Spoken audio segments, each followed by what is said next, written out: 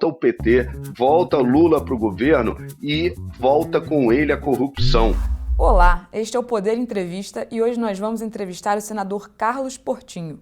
Carlos Portinho, 52 anos, é advogado formado pela PUC-Rio, especialista em direito esportivo e ex-vice-presidente jurídico do Flamengo. Atuou como secretário de Habitação e de Meio Ambiente no Rio e foi assessor na elaboração da Lei da Ficha Limpa. Em 2020, assumiu o mandato de senador após a morte de Harold de Oliveira e, no cargo, chegou a ser líder do governo Bolsonaro no Senado.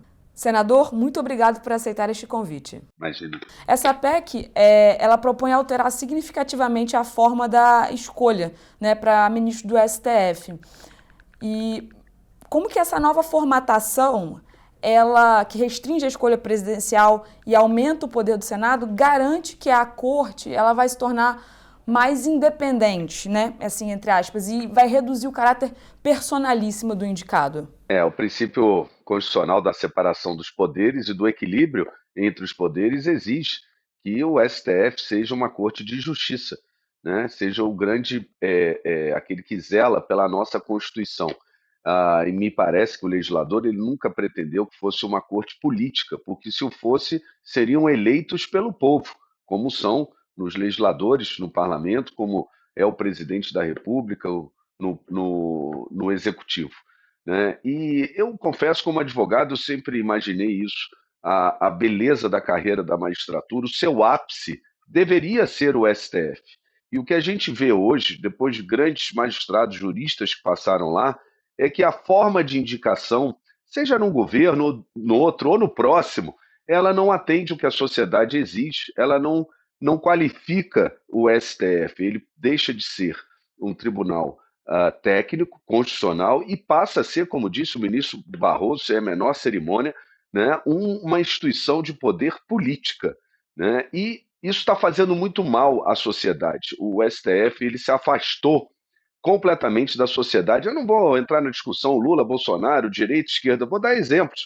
O caso do Banco Master agora, recente, impôs sigilo absoluto, e a gente sabe que tem muita gente envolvida nisso. A gente vê diariamente no STF habeas corpus para soltar bandidos corruptos, né? Gente que devia estar presa, assaltantes. Então, a sociedade ela se distanciou, não vou falar nem do Poder Judiciário, se distanciou do STF.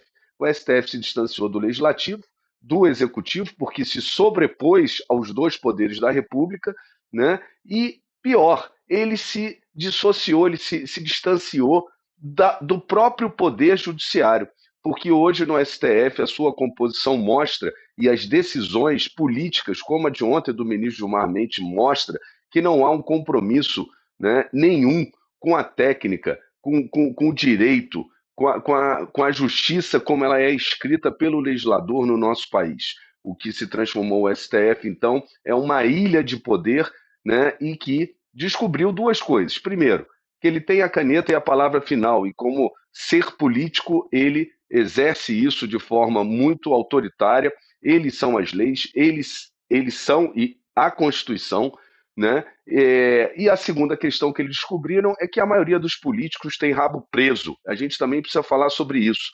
E aí o STF abre a gavetinha ali dele, e quando alguém contraria os seus interesses, que não necessariamente são interesses da sociedade, ele chantageia, ele ameaça. Vocês não sabem, mas um dia antes dessa decisão, o ministro Gilmar Mendes me chamou. Eu me surpreendi, porque não tenho a menor relação, sou advogado, não tenho problema nenhum de sentar com magistrado algum para discutir e despachar minha vida inteira de contencioso. Foi assim. E eu não entendi muito bem porque o ministro Gilmar tinha me chamado lá, mas eu aproveitei a oportunidade para levá-lo a um grande gesto de paz. E fui surpreendido, ele me chamou lá exatamente para mostrar a minuta desse golpe. A minuta desse golpe que foi dado com a decisão ontem do STF, que praticamente anulou, né, os poderes do parlamento, nesse sistema que a democracia exige de freios e contrapesos. O STF é uma jamanta desgovernada, sem freio algum. E eu não me surpreendi, porque esse tema já estava lá sendo discutido. E veja só, eu levei a ele uma carta em que eu peço a anistia ampla, geral e restrita como gesto de paz. esse é o único gesto que a gente vai permitir virar a página, entrar num processo eleitoral sem tanta rancor, revanche, como é presente hoje. E, enquanto eu levei a ele um gesto de paz, ele devolveu, não a mim, a toda a sociedade, rancor, raiva e um gesto claro de guerra às instituições do nosso país e à nossa democracia. Senadora, a proposta dessa PEC, ela exige que apenas juízes de carreira, né, possam ocupar uma cadeira no STF. Qual que é o argumento fundamental para excluir dessa lista advogados, membros do Ministério Público e outros juristas do processo, né? E como que isso evita o que a gente chama de contaminação político-partidária na composição da corte? Não, de forma alguma, muito pelo contrário, se me permite. Na verdade, a bela carreira da magistratura, né, na sua trajetória, ela permite, por exemplo, que advogados ingressem nessa carreira da magistratura através do quinto constitucional em todos os tribunais. Ela permite que membros do Ministério Público também ingressem na magistratura, né? Então, na verdade, a gente já tem dentro do seio da magistratura, dessa bela carreira, não só juristas concursados, mas a gente tem advogados, a gente tem membro do Ministério Público. Muito ao contrário, a proposta, ao concentrar as indicações através do própria classe dos magistrados, né, a proposta é que eles indiquem 6 nomes ao presidente da República e o presidente da República escolha desses 6 de carreira 3 para que haja escolha pelo Senado. Isso é uma outra questão. O Senado ele não escolhe o indicado, né? Não há uma escolha de currículos. A gente tem lá meia dúzia que tem rabo preso, outra meia dúzia que é de senadores que querem estar bem com poder, né? Então, se mandar o nome do Saci Pererê, vai ser aprovado no Senado Federal. E isso a sociedade não aguenta mais. Para que haja escolha, é preciso que haja escolha de currículos. Então, a ideia, e essa nesse aspecto me parece semelhante com outros aspectos que tramitam, é que a indicação do presidente ao Senado para a sabatina seja de um número que haja uma concorrência entre currículos e aí sim permita a escolha daquele que melhor fez a sua trajetória profissional.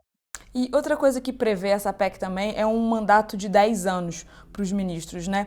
Outras iniciativas desse tipo já tentaram discutir essa pauta, mas acabaram não avançando ou na Câmara ou no Senado, né? Quais são as expectativas agora do senhor senador para que essa PEC avance e o que ela tem de diferente das outras que pode garantir esse avanço ou não dela no Congresso? O Congresso Nacional, nos últimos anos, nessa legislatura e na passada, ele teve iniciativas buscando aperfeiçoar o Poder Judiciário. A gente tem lá, por exemplo, o fim das decisões monocráticas já aprovado no Senado, dormitando na mesa do presidente Hugo Mota. Acorda, Hugo. Isso é fundamental. Ontem, por exemplo, o ministro Gilmar Mendes, né, ele deu esse golpe numa decisão monocrática, e o que é inadmissível. A gente sabe que a maioria da sua turma no STF, né, por um senso de corporativismo, deve até abonar essa decisão monocrática, mas não dá para a gente viver de decisões monocráticas. Há decisões monocráticas que perduram há mais de 20 anos. Questão dos royalties, vou falar, por exemplo, que afeta até o Rio negativamente, mas está lá, dormitando há mais de 20 anos. Então, é muito importante que o Senado tome essas iniciativas, e uma delas é o mandato.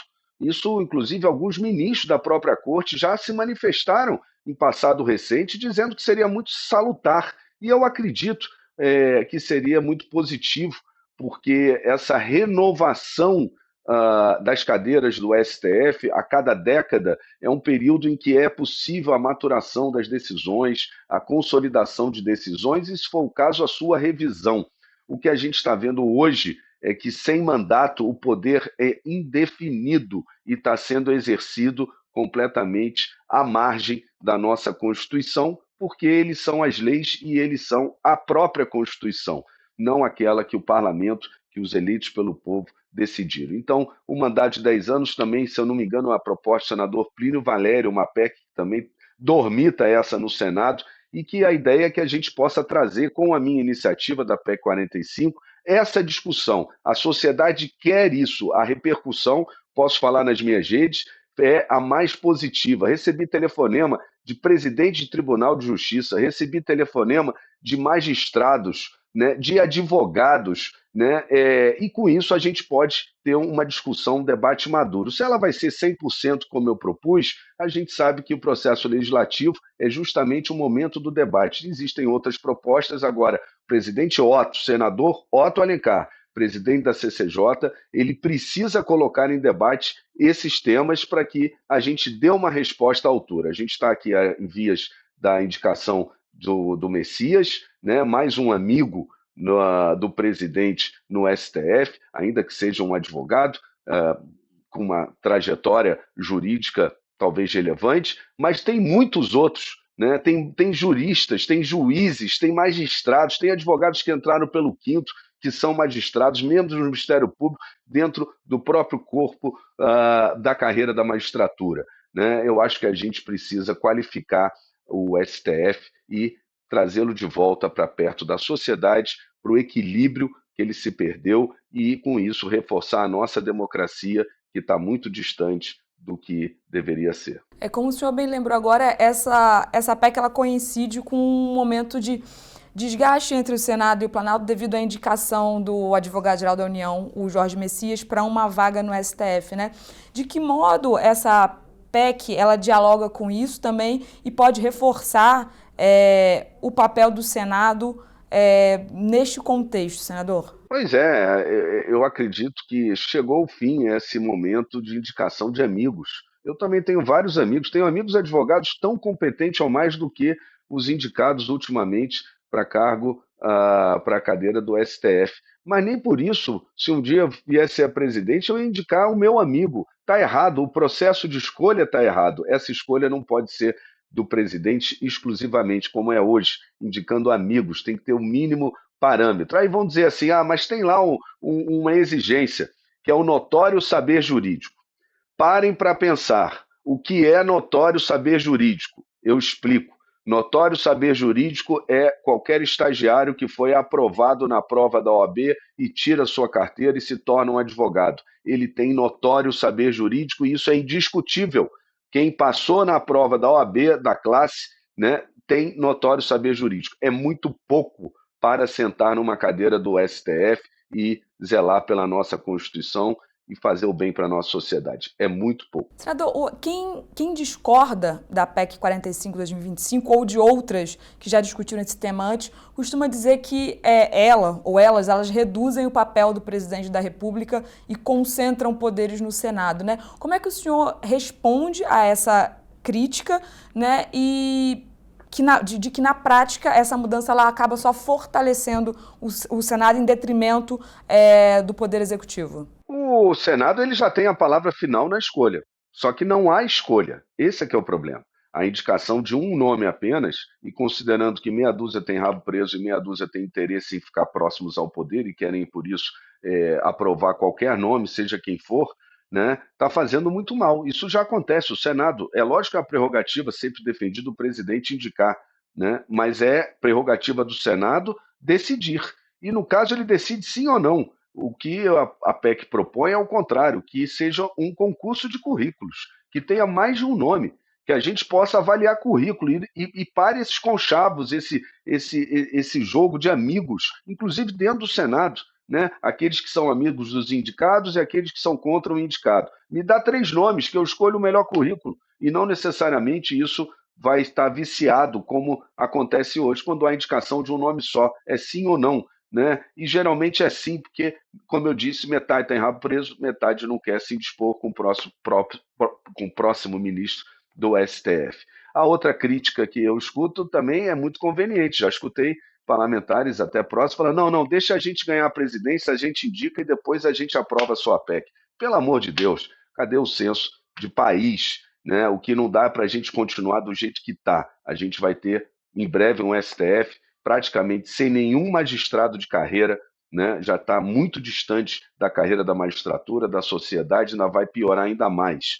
Né? Quando o ministro Fux ele terminar a sua passagem, acho que ali encerra o último magistrado de carreira. Vamos ter um tribunal completamente dissociado da magistratura. É isso que a magistratura quer? Considerando todo o contexto atual, né, qual é um cronograma realista de tramitação dessa PEC, primeiro no Senado, né? Já tem um ambiente político favorável para votá-la o mais rápido possível, ou ela corre o risco de, assim como outras, acabar ficando cozinhando em banho-maria? É necessário motivação política por parte, no caso, do presidente do Senado e do presidente da CCJ. Aliás, em todos os temas, né, essa inércia na gestão do presidente Pacheco é que permitiu que o STF crescesse, né, e usurpasse as funções legislativas. Agora, na gestão atual do presidente Davi, é um momento dos grandes homens da República se levantarem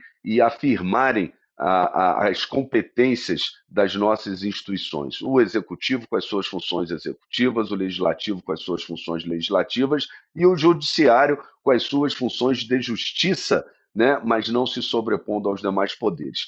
E se não tiver um estressamento quando um poder avança sobre o outro, é o que exige na democracia um sistema de freios e contrapesos, exatamente por isso. Se não tiver o estressamento disso por parte do Senado, a gente sabe que na política não há vácuo, alguém ocupa e permitiram tudo isso que a gente está vendo, e isso não tem nada a ver com Lula, Bolsonaro, direita e esquerda. O STF tomou os poderes da República e ontem, com a minuta que me foi antecipada do golpe pelo ministro Gilmar Mendes, ele deu um golpe final no Congresso Nacional. Que os seus presidentes tenham hombridade, brio e se levantem. Nós somos 32 na oposição, não somos maioria, né? E estamos aqui roucos de tanto gritar, de brigar, muitos, inclusive, de nós, parlamentares, exilados fora do país, né? Muitos jornalistas que estão denunciando isso há muito tempo, exilados fora do país.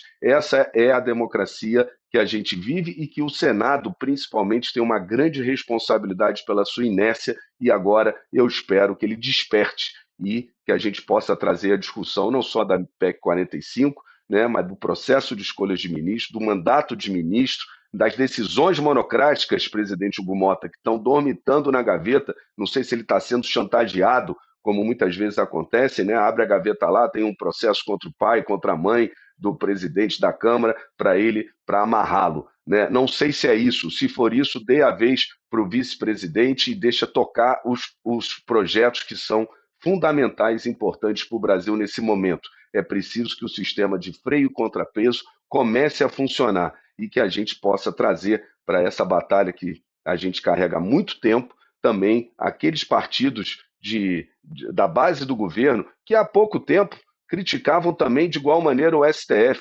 Lembrando que o vento que venta lá, um dia venta cá, que o pau que dá em Chico também vai dar em Francisco. Senador, aqui para fechar a nossa entrevista, né? Hoje o Poder 360 revelou que o filho do presidente Lula teria recebido uma mesada, né, do lobista que ficou conhecido como Careca do INSS, né, segundo um depoimento ao Ministério Público. Como que o senhor avalia essa informação e o impacto que esse episódio pode ter no ambiente político em Brasília atual? A surpresa é para 0 pessoas.